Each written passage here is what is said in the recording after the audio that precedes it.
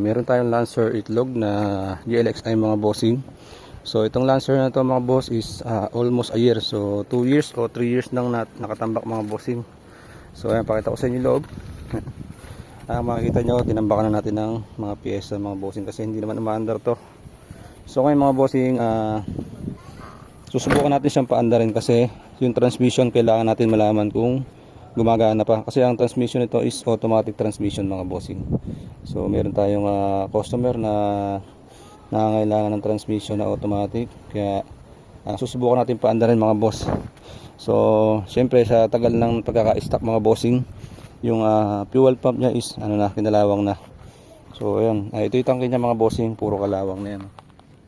Ayan, puro kalawang. Ngayon naglagay tayo ng panibagong tangke mga boss. So nilagyan natin ng maayos na tangke at maayos na fuel pump. So meron na rin tayong gasolina mga bossing.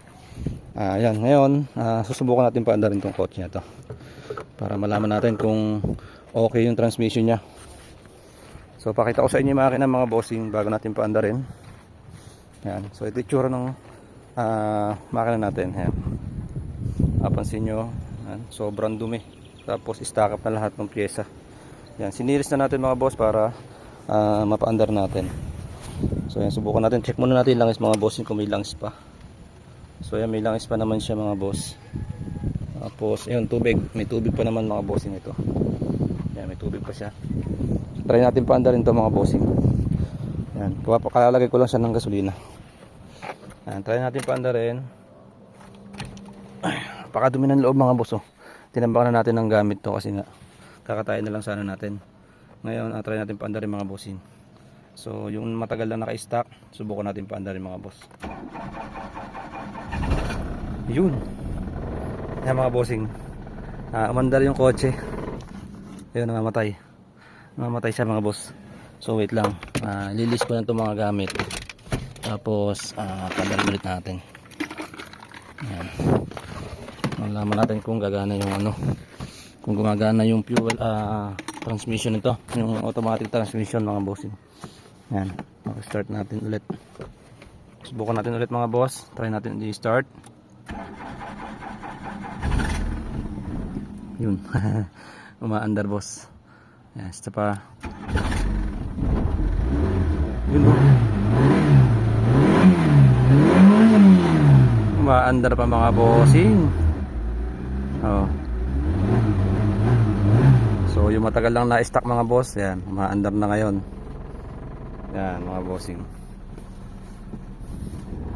Hindi tayo sa makina. Ang tahimik pa ng makina niya, oh. Ang galing, oh. Oh, umaandar siya. Tahimik ng makina niya mga bossing. So wala nang radiator fan, tinanggal na ng nagbenta sa atin. Tapos wala na rin siyang steering pump belt nung steering pump mga bossing. Pero umaandar siya mga bossing.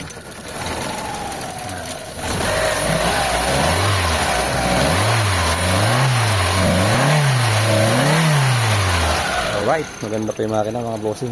So maandar. Napaandar natin yung kotse nito mga bossing. So ayan ang tsura, tinan mo mga bossing.